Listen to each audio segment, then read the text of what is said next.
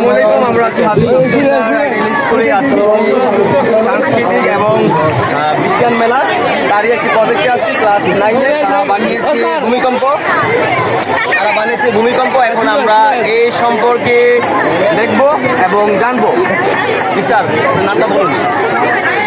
কোন class? Class 9। তুমি কি বানিয়েছো? এটা কি প্রভাব পৃথিবীতে?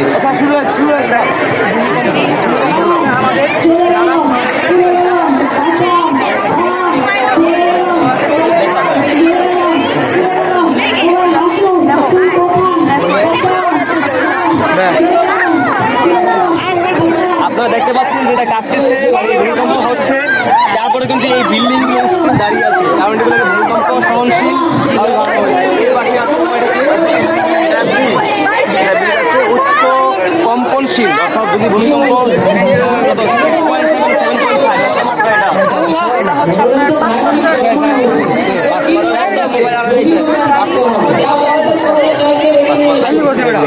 ধন্যবাদ তোমাকে। স্যার মোবাইল চুরি হয়েছে।